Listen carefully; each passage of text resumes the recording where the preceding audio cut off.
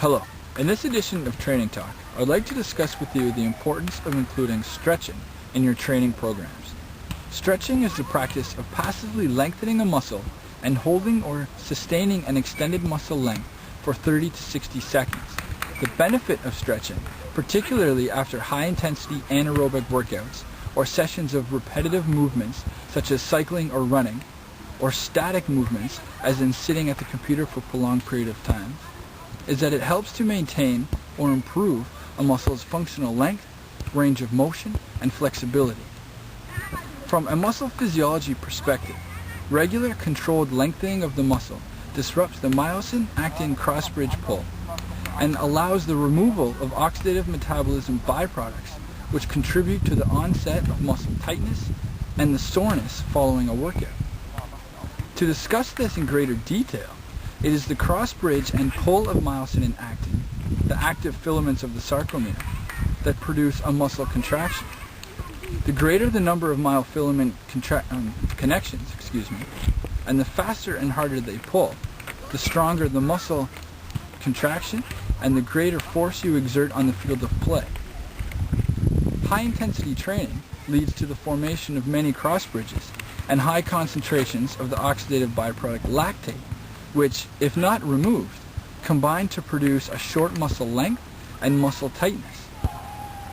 Stretching, where one passively holds an extended muscle length and breathes deeply and controllably, is able to release the actin-myosin connections and allows oxygen-rich blood to rush into the muscle, allowing it to metabolize oxidative lactate, effectively loosening the muscle and releasing its tension.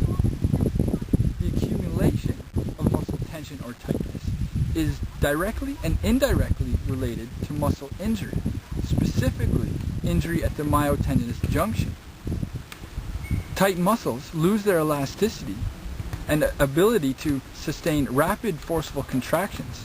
So when an athlete makes an explosive or powerful move, as in sprinting or changing directions, a tight muscle will not have the contraction length or capacity to sustain the high forces generated and will rupture or strain. This type of muscle tightness is common in all types of athletes. Whether you're a power lifter, a marathoner, triathlete, or ball player, the demands of your sport place you at a risk of muscle tightness and the injuries associated with it. It is recommended that you stretch as part of your post-workout recovery routine, where you stretch each major muscle group at least twice.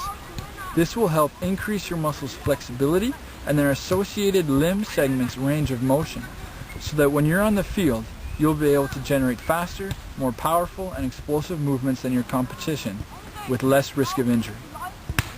Many athletes and coaches ask, as there is much debate over, should you stretch before training?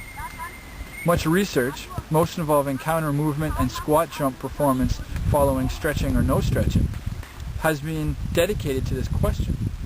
The equivocal results of this research and the differences in an athlete's warm-up routine and definitive answer is difficult to give. It is the position of performance training systems that due to stretching's neuromuscular inhibitive effect and that pre-workout stretching be followed by a dynamic warm-up where the athlete performs movements specific to those incurred during their training or performance, as this neurologically stimulates the muscle much more appropriately. I hope you enjoyed this edition of Training Talk, and for more information on effective stretching techniques and how to include them in your program, please contact us. From all of us at Performance Training Systems, I would like to remind you to train hard, train smart, and train safe.